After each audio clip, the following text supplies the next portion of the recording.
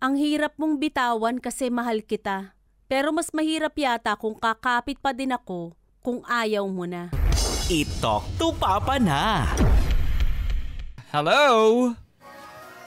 Hello po. Hello. Ay, good morning. Anong pangalan? John Gabriel po. Si John Gabriel. Nako, John Gabriel. Naka-live tayo, Barangay Alas 971 FB page. Sa lahat ng mga papag-uusapan natin dito ay maaari naming maipost sa aming iba't ibang social media and digital platforms. Okay lang ba sa'yo? Okay lang po. Okay. Kasama si Papa Ace. At Papa Johan. Ano nangyari? Talk to Papa na. Gusto ko lang po sana magpapayo. Oo. Sir, Ano kasi nangyari? parang gusto ko na rin po kasing hiwalayan yung dati kong karelasyon. Nasa ibang bansa na po siya. Meron po kasi Wait lang, kaming anak. simulan natin. Paano kayo Oo. nagkakilala? Simulan natin simula. Paano kayo nagtagpo nitong babae na ito? Nagkakilala po kami sa Facebook dating apps. Oh. Tapos, anong year to? Anong year? Mga 2019 po. 2019. Before pandemic. Okay, tapos? Tapos po, 4 na buwan po ako nanligaw sa kanya. Etong 4 na buwan na to, like nakikita na kayo, lumalabas kayo, ganun? Yung 2 months po, magka-chat pa lang po kami. Tapos? Tapos nagte-text ka. Bakit Tapos, malapit lang din sa inyo or medyo malayo? Bali, sa Pasay po ako nag-work nun. Tapos siya? Tapos sa po siya, sa Quirino. Quirino. Pasay and malapit lang Quirino. din. Oo. Okay, tapos? Tapos, nagkikita na po kami, tapos nag-date ka na. Tapos? Yun lang ba? 4 months na rin po ako nanligaw sa kanya. Hanggang sa? Nag-decide po kami na live-in. Ooh! Kumbaga, sinagot na rin tapos nag-live-in agad. Oo. Ano naman, kumusta naman yung pagli-live-in? Okay naman po. Paano Kaso okay? Like, may po kasi, may problema po kasi. Magkaiba po kami ng reliyon. Okay. Tapos? Ang reliyon niya po is Iglesia ni Cristo. Ako naman po, Catholic. Okay. Tapos? Ayoko po kasi na magpa-convert. Yung nanay at tatay niya, nagalit kasi nalaman buntis na siya. Oh. Ayun naman pala. Di ba, umpisa naman, alam nyo na ganyan. Oo nga. Tapos nagbuntisan pa kayo. Tigilan nyo nga ako sa hindi kami magkasundo kasi magkaiba kami ng relihiyon. Sinisi nyo pa. Di ba?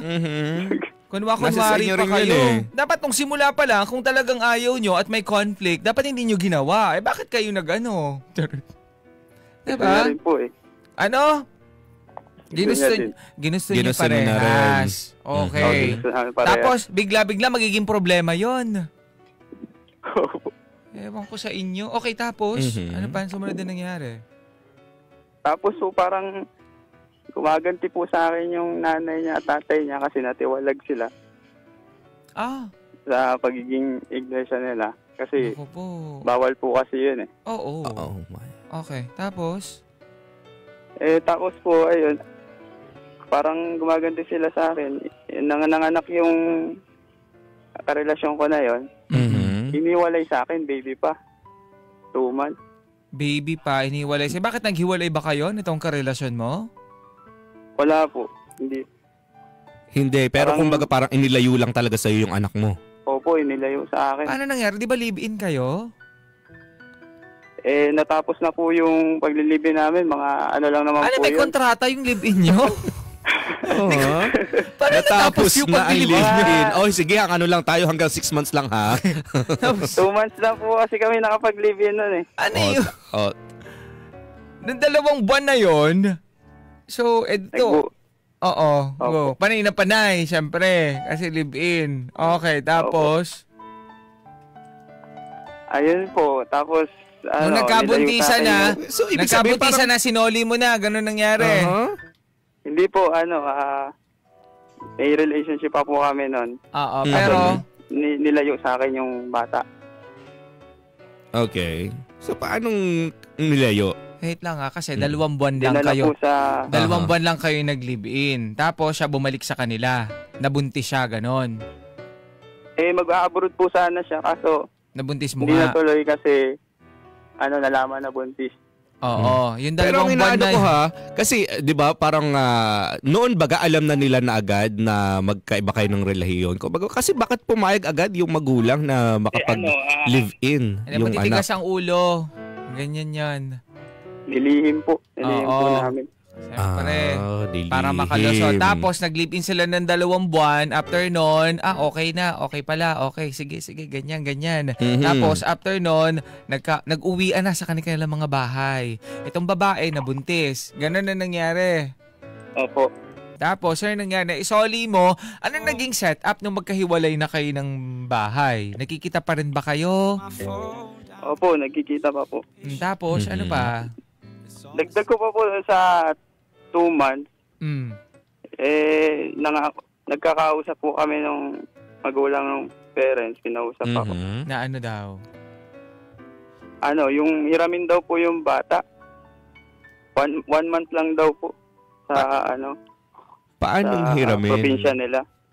Like so parang nasa iyo yung bata nung time na yun tapos hiniram nila, ganun ba? Opo, nung nasa amin na po yun Nung 2 months po kaming nagsama. Wait lang, naguluhan ako bigla.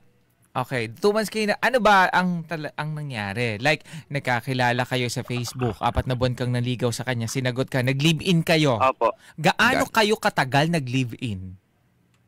2 months po yun. 2 2 buwan months. nga. Pagkatapos, nag-uwian na kayo sa kanya-kanya mga bahay. Bali, nung nanganak po siya, pinasyalan pa rin po ako doon sa inuupahan ko po. Pero siya nasa kanilang bahay na. Opo. So habang nagbubuntis Kasama po siya, yung- ang kasama niya mga magulang niya, ganon. Opo, kasama niya po. Mga gulang niya. Okay, tapos, Tapos pumasyal po siya doon sa inuupahan ko po. ba't siya pa ang pumasyal? Di ba dapat ikaw yung pupunta doon? Kasi po, busy po talaga sa trabaho. Pero yung nag-ano ka naman, like nagbibigay ka ng sustento. Syempre, nagbuntis itong Opo. partner mo. Like, Bibigay po ako. nung nanganak siya, nasaan ka? Nasa trabaho po ako Hindi po kasi ako maka-excuse kasi biglaan din po kasi yung nanganak. Tapos, nasa trabaho po ako noon. Kulang din po kami sa sinacrifice ko na lang din po. Okay. Alam ko naman po na na magiging okay din naman po siya. Pero Okay. iba pa rin kapag ka yung Nandun partner nga, mo oo. nandun ka. Yun nga Okay. po yung naging mali ko. Okay. So, kasama niya talaga parents niya all throughout. Opo. Like, nung mga nangyari ito. Okay, tapos?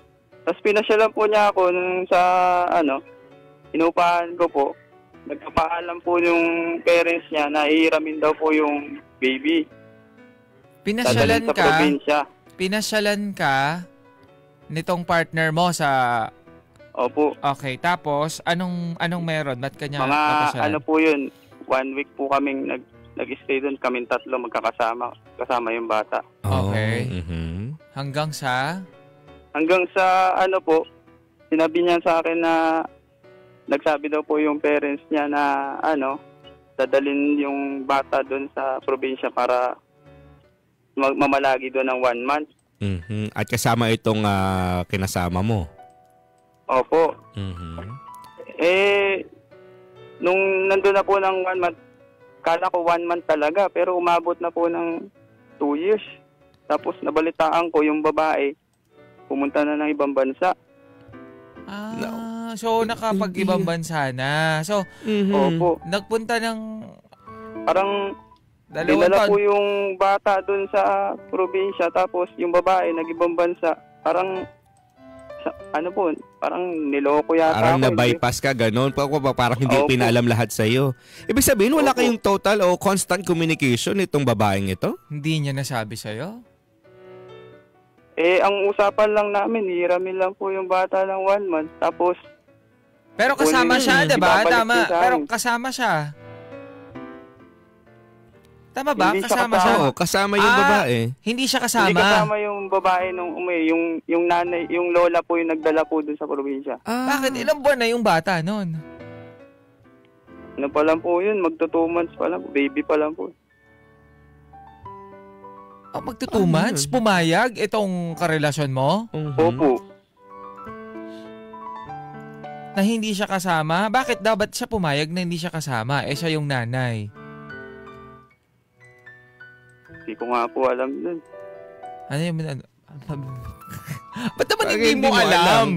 Ikaw dapat yung alam mo, dapat nag-uusap kayong dalawa. Okay, tapos... Pumayag din yung partner mo na dalhin yung bata sa probinsya 2 buwan pa lang. Tapos, ano nangyari? Like, nagsasama kayo nitong partner mo dito? Nagsama po kami.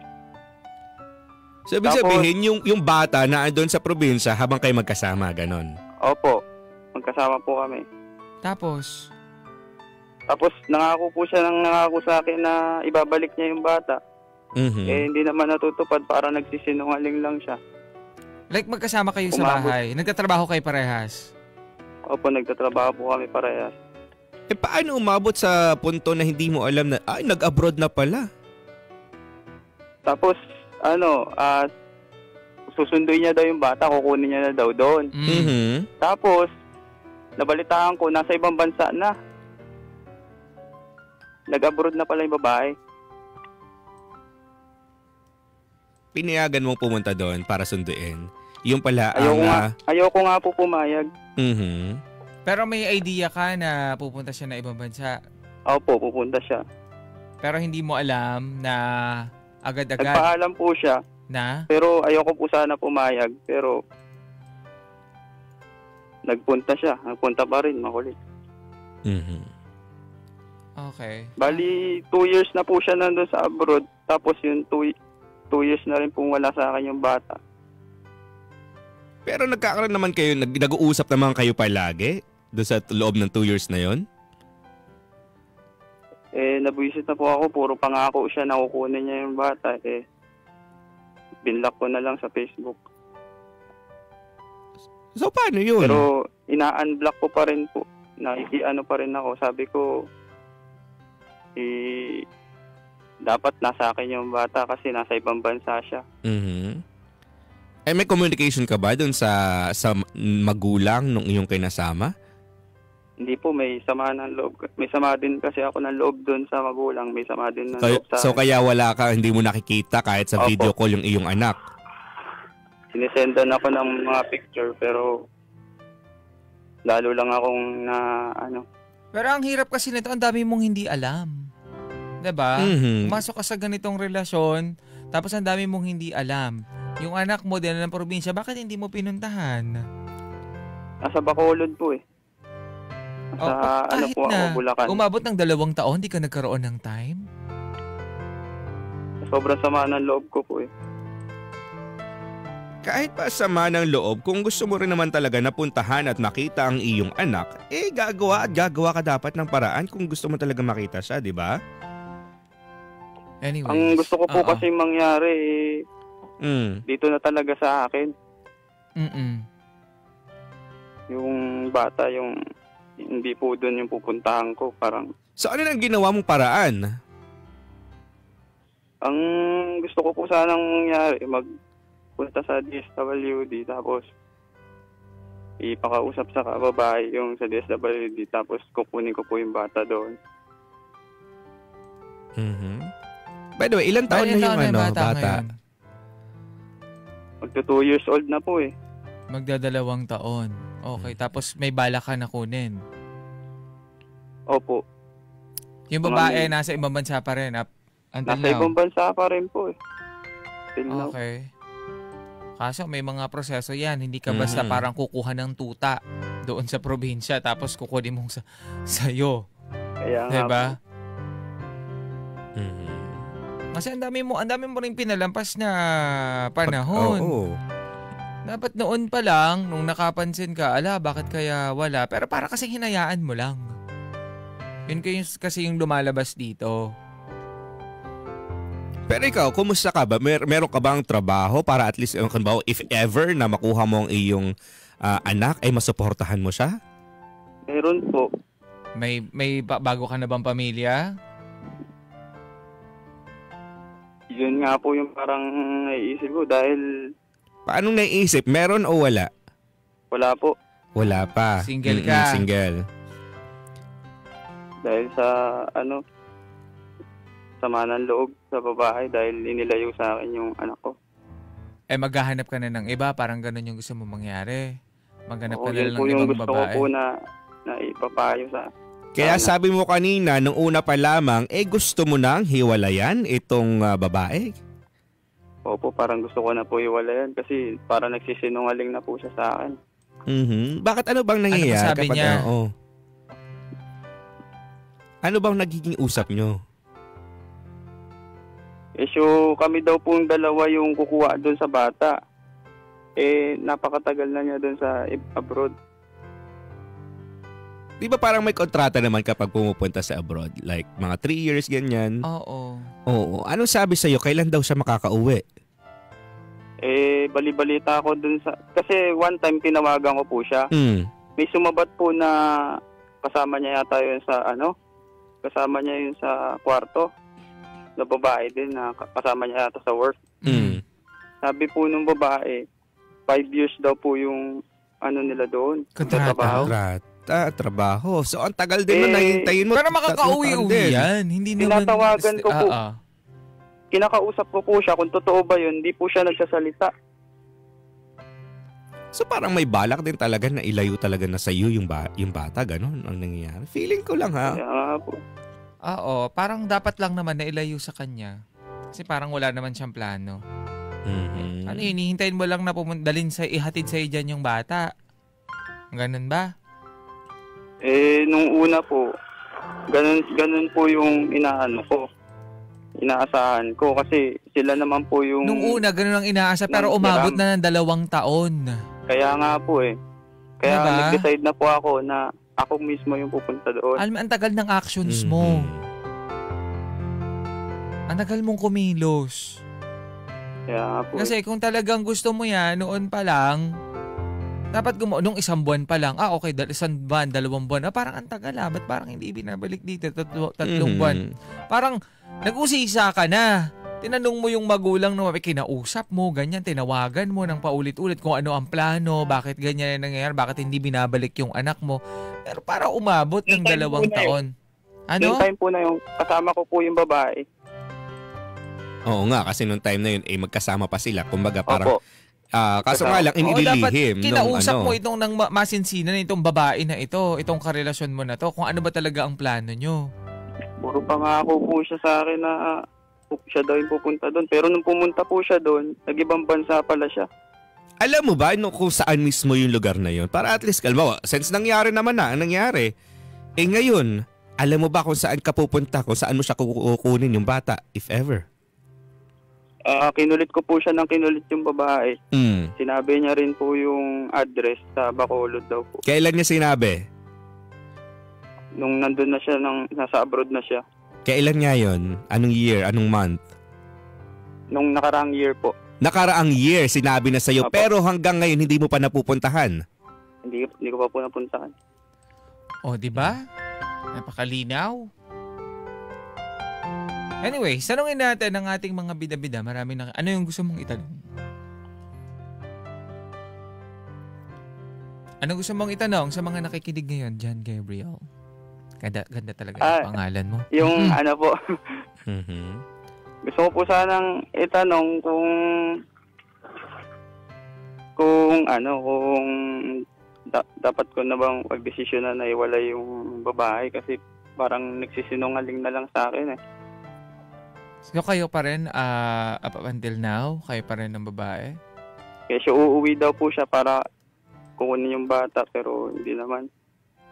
Okay. Kasi kung ako po kasi yung magdidesisyon na kukunin yung bata doon, dapat meron din na authority niya.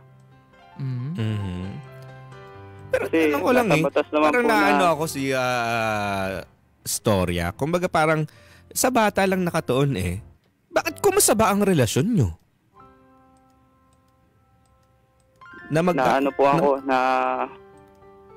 Na-disappoint. So hindi ka na masaya sa nagiging relasyon nyo ngayon? Opo. Sa totoo lang. Kasi ang una niyang sabi sa akin, ang kontrata niya lang doon 6 months. Tapos, umabot ng 1 year. Kala ko mauuwi na siya, hindi na naman natuloy. Ang dami mong mga akala. Pero ano kasi, di ba? May mga kaibigan din naman ako na nag-abroad. Noong sila, sinasabi nila 6 months to 1 year ang kontrata nila. Na-extend pero minsan talaga. kasi na-extend. Depende. Tsaka kung wala ka pang ipon. Na-extend yun talaga kung gusto mo talaga. Okay. Anyway. Ibig sabihin po, parang wala rin siyang balak. Wala talaga. Hello. Wala na siyang balak sa'yo. Ang lakas ang pakiramdam ko na wala na siyang balak na balikan ka. Tsaka madalas na yung pagsisinungaling eh. Ano po ba ang inyong masasabi sa kanyang story? Comment po Barangay Alas 971 FB page. Basahin po namin. Tulad na lamang netong si Jessa. Naku kuya, alam mo mali sa'yo. Nung nanganak siya, wala ka. Dapat priority ang mag-ina mo. Kaya ayaw ng magulang ng babae sa'yo. Mahina ka dumiskarte. Sabi mo nga, hirap ka din. Isa pa ang anak mo. Doon talaga sa nanay. Hindi naman kayo kasal. Kung nag-abroad ang nanay ng bata, sa lola ka mag-anak pa din ng babae mapupunta. Sorry to say, pero naiinis ako sa'yo. Ang dami mong palusot. Hoy! Talaga ba? Talaga. Sabi naman ni Nelda, payo ko lang kay kuya, kung itanong mo gusto mo nang hiwalayan o kung gusto mo talagang hiwalayan ang girlfriend mo, sa tingin ko okay na siya. Wala na siyang paki sa'yo. Naghanap buhay na lang siya para sa bata. Na secure pa ang anak nyo. Doon sa bahay na sa tingin ko, wag mo na lang kunin ang dapat mong gawin, ang magtrabaho ka na lang at magsuporta ka ron sa bata. Wag mong iasa sa nanay ang paggastos ng bata.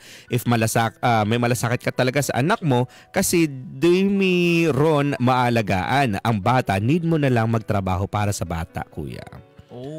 Parang ang gusto nila itong mangyari is magsuporta na lang dun sa bata. Pero syempre, tatay pa rin kung gusto talaga niyang makita yung anak at gagawa talaga siya ng paraan. Dagdag naman ni Rem. Doon ka pa pala desperado na makuha yung bata, pero dami mong excuses, kuya. Siguro sa 2 taon, pakiramdam mo nakatakas ka na sa responsibilidad, kaya wala ka ng ginagawang paraan. Ikaw sa sarili mo ang may problema at walang mangyayari sa sitwasyon mo kung hihintayin mo pa yung ibang tao para mag-decide para sa'yo. Si Riley, sabi niya, kuya, puro sama ng loob, mataas ng pride mo, wala kang ang effort. Mag-usap kayo ng nanay ng anak mo, hindi puro galit. Chat mo din si biyanan mo na dadalaw ka susme para sa anak mo. Okay. Sabi naman ni Lenlen, pwede mo naman hiwalayan kung malabo na talaga kayo. 2 kayo na lang na magsustento sa anak nyo at ang hiling mo na yung mag-video call kayo ng bata para kahit papaano makilala mo o yung habang nagsusustento ka. Need mo rin na magkaroon ng sariling pamilya kung ayaw na ng babae sa'yo. Ito naman, sabi ni Kenshin, gusto niya kunin yung bata siguro para siguro may habol siya sa partner niya kasi nasa abroad eh. Kung kukunin niya, saan siya naman iiwan ang bata kung nagtatrabaho siya? Mas safe yun doon sa magulang ng babae. Totoo din naman. Oo. Sabi naman ni Jason, kung gusto mo talagang kunin yung anak mo pre, dapat noon ka pa kumilos, hindi yung nakalipas na ang ilang taon, wala ka pang ginawa. Iniisip ko siguro kung nga na kaya mo na lang iniisip ko nga kaya mo na lang gusto kunin yung bata dahil gusto mo lang isipin yung dati mong kinasama kasi binaliwala ka niya hindi dahil gusto mo makasama yung anak mo. Yun ang pananaw niya. Pananaw naman ni Elsa, kaya ikaw na lang kumilos dahil ikaw ang ama ng bata. Kung talagang mahal mo yung anak mo, puntahan mo na nauna. Eto pa, sa boy, alam mo magiging sanay ng ginawa nyo. Dapat noong una pa lang. Si Tomo, ipaglaban mo. Kahit ipaglaban mo, wala kang panalo. Diyan kasi nanay pa rin ng bata. Mag-isip ka nga, maayos. Pero malayo kasi rin yung Yung nanay. Yung nanay. Kumbaga, yung mismong totoong nanay ng bata. So, siya nandito sa Pilipinas, siguro may pagkakataon na pwede na nandito siya sa Pilipinas at siya yung mismong magsuporta o mag-alaga doon sa bata. Kasi 'di ba parang sa batas na dapat meron talagang magulang na nag-aalaga doon sa bata. Kung kasal kayo. Kung kasal. Hindi naman kayo kasal. Diba? Pero pag gano'n naman talaga sa babae naman talaga napupunta. Kaso nga lang, yung babae, nandun nga sa ibang bansa. Nako po, mga kapuso, mga kabarangay. Ano pa nga ba ang masasabi ng ating bida? Wala naman kasi siyang ginawa Ang tagal, 'di ba? Ang tagal na panahon. Tsaka parang pinalipas niya ilang taon. Kumaga parang ang tagal nang sinabi nung babae kung saan yung address. Kaso nga lang lumipas ang isang taon, hindi pa rin niya napupuntahan yung bata. So siya rin yung siguro yung may problema, kumbaga.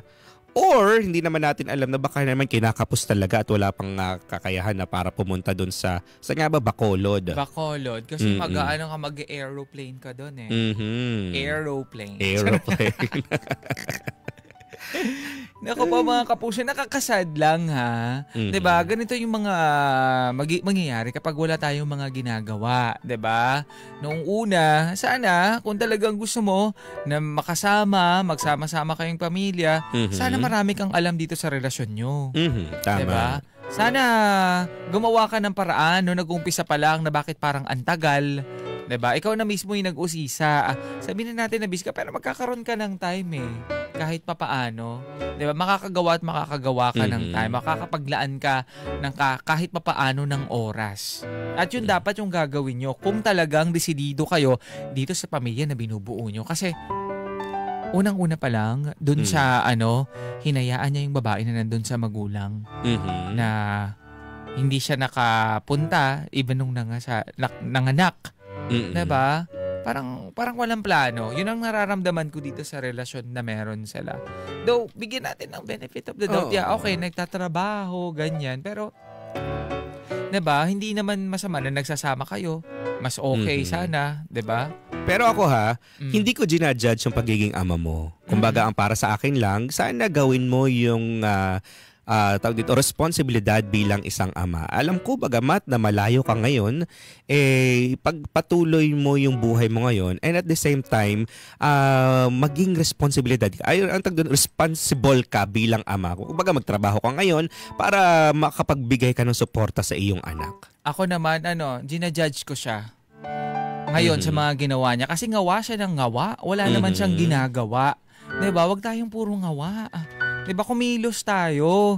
Pero hindi pa naman tapos ang lahat. Oo. Meron pang chance, 2 taon pa lang naman yung bata. Sana makabawi ka. Exactly, okay? Tama. Sana kumilos ka na. Huwag tayong puro salita ng salita, 'di ba? Tsaka kapag nahuli yan, yung lumaki ng bata tapos hindi ka talaga nakilala, mahirap pa yun. Mas malayo ang loob ng iyong anak sa iyo. Kaya dapat na kumilos ka na. Now na. Anyways, andito siya. Hello. John Gabriel, napakagandang pangalan talaga. Ewan ko, alam ba, gusto ko yung pangalan na John Gabriel. Na Gabriel. Gabriel. I don't know, parang okay. Anyway, John Gabriel, napakinggan mo ba ang mga komento? Alright. So, anong masasabi mo? Wala ka daw kasalanan. Okay. So, ganun nangyari. Wala Ito yung mga napakinggan nila. Ito yung mga na-take nila dun sa story mo. Tawag dito, parang wala po yata akong chance na makuha kasi 7 years yata. Bakit ba kailangan mo pang kunin? Hindi ba pwede na alamin mo na lang yung sitwasyon niya doon? Magpakaama ka, bisitahin mo, 'di ba? Bakit ba kailangan ba talaga na nasa iyo yung bata? Kung mas okay naman siya doon, 'di ba may trabaho ka? Sino mag-aalaga halimbawa? Nangungupahan ka. Parang iniisip ko po kasi iba po yung nasa magulang talaga yung anak Oo, sabihin na natin na gano'n. Pero mas magiging okay ba siya pag nasa iyo siya?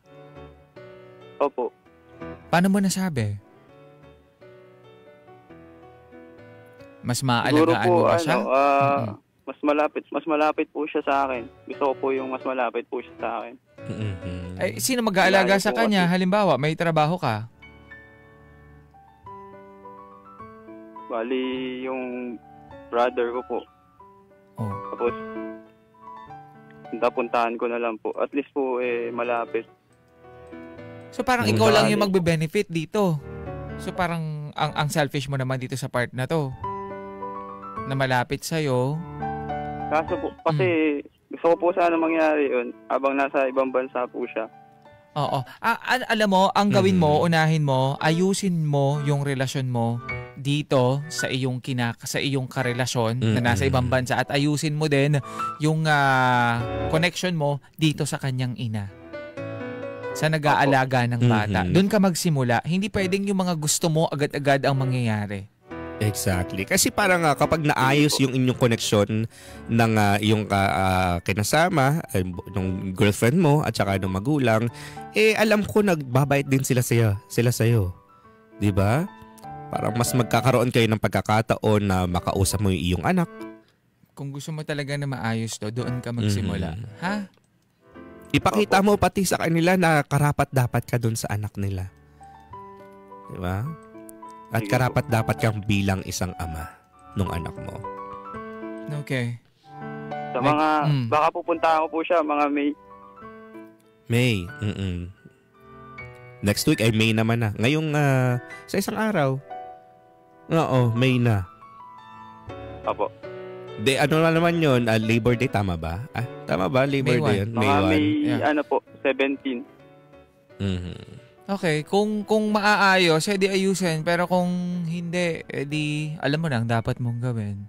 Okay? Okay po. Sige. May gusto ka bang bigyan ng mensahe? Sino? Gusto ko po sana, yung sa lolo't lola. Okay. Nakikinig sila ngayon. Anong gusto mong sabihin sa kanila? Nakikinig. Mahal ko po yung anak nila. Wala po akong hinangad na makakasama doon. Gusto ko po sana pakasalan yung babae. Kaso po, magkaiba po kami ng reliyon. Siguro sana sa West muna. So, at least mahal na mahal ko po yung anak nyo. Sana ay pagkatiwala nyo po sa akin. Saka yung bata. Ilan po. Barangay LS 97.1 Forever Number 1